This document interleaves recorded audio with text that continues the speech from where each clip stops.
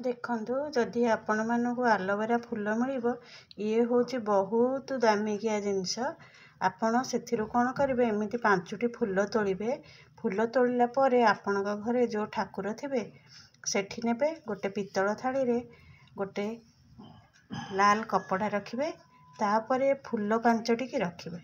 ଆଉ ଆପଣଙ୍କ ଘରେ ମହାଲକ୍ଷ୍ମୀଙ୍କର ଫଟୋ ହେଉ ବା ମୂର୍ତ୍ତି ହେଉ ଯାହା ବି ଥିବ, ସେଠି ତାଙ୍କ ପାଖରେ ଏଇ ଲାଲ କପଡ଼ାରେ ଥିବା 5ଟି ଆଲୋଭେରା ଫୁଲକୁ ରଖି ବା ଘି କୁଆଁରୀ ଫୁଲ ଆପଣ ଯେଉଁ ନାଁରେ ଜାଣିଥିବେ ତାକୁ ରଖି ମହାଲକ୍ଷ୍ମୀଙ୍କର ମନ୍ତ୍ର ଜପ କରିବେ।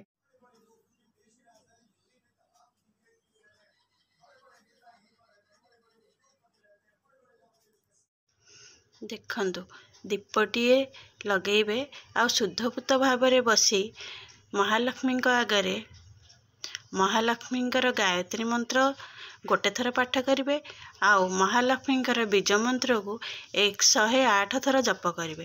ଏହା ନା ଶୁକ୍ରବାର ଦିନ ଆରମ୍ଭ କରିବେ ଆଉ ଆସନ୍ତା ଶୁକ୍ରବାର ପର୍ଯ୍ୟନ୍ତ କରିବେ।